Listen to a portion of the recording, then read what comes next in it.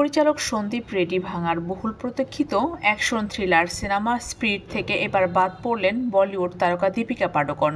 সিনেমার প্রধান চরিত্রে অভিনয় করার কথা ছিল তার, যা নিয়ে খবরও প্রকাশ হয়।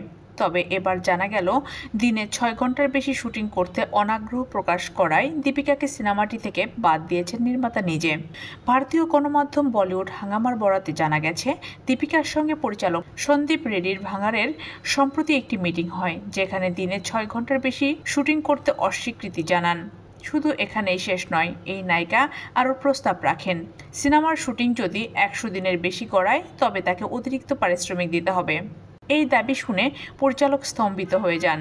তিনি বিষয়টি নিয়ে প্রযোজকের সঙ্গে আলোচনা করেন এবং দুই পক্ষকে একত্রে কাজ করতে রাজি করানোর অনেক চেষ্টা করা হয়। কিন্তু মিটিংয়ে দীপিকার টিম কোনো ছাড় দিতে রাজি ছিল না। এরপর শেষমেশ সন্দীপ রেড্ডি ভাঙা নিজেই দীপিকাকে ছবিটি থেকে সরে দাঁড়াতে বলেন। এর আগে এই সিনেমার পারিশ্রমিক নিয়েও খবরের শিরোনাম হন দীপিকা। স্পিড ছবির জন্য ৪০ কোটি রুপি পারিশ্রমিক দাবি করেছিলেন।